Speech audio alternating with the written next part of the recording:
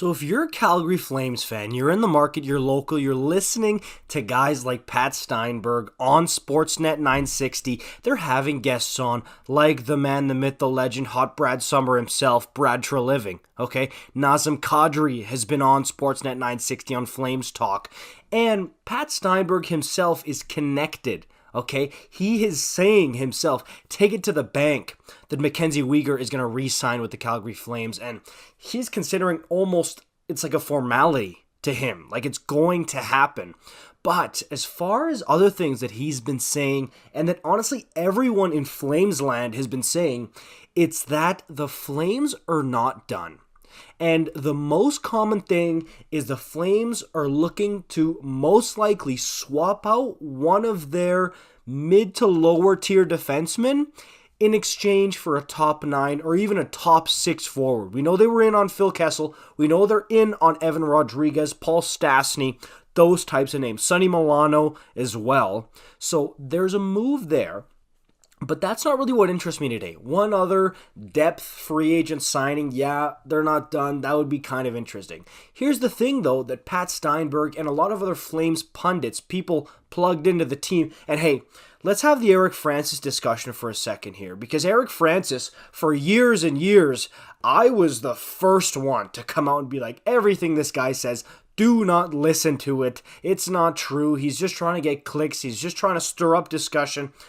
I stand corrected, okay? The guy's been saying for years that Johnny Gaudreau was going to leave, and he was getting, no pun intended, flamed for it, okay? He was getting roasted. Eric, you don't know what you're talking about. Who ends up being right in the end? And I was just as shocked and honestly cringe as much as everybody else was, but he was right. He comes out, he says, hey, Tkachuk, bye. He's going to leave. He's gone within the week here. What happens like 4 days later? Boom, trade to Florida. This guy's a prophet, okay? I still don't really like the way he goes about his business as far as journalism, but you can't deny that he's plugged in. He knows what's going on, and when he says something, there's a very good chance he's going to be right. The one that he was out to lunch on was the Flames moving to Houston a few years back, but apart from that, he's been pretty on the money, okay? But as far as the Flames go, there might be a trade coming through here to upgrade the top 9. And we talked in a previous video about maybe Valimaki or even Shillington going over to the Canucks. Now, we talked about why Shillington is kind of like Quinn Hughes light, so that wouldn't make as much sense. Or even a guy like Valimaki who struggles to be the best defenseman on the AHL squad, why that might not be of too much interest for the Canucks. And a lot of Canucks fans are coming to me, Weegar.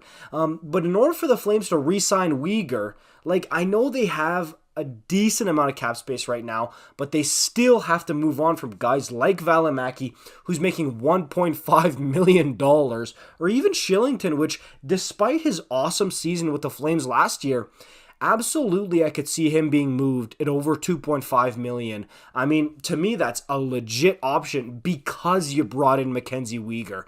I mean, there are still people, notably in Vancouver and in Ottawa, who are thinking, hey, we could get this guy. Maybe he will only play 1 year for the Flames, and he'll book it to Ottawa or to Van. Again, I'm with Pat. I don't see it. I think he re-signs long-term. He re-ups for 6-7 years with the Calgary Flames here. That's just what I see personally. And as far as the Flames not being done, I think it's going to be a trade.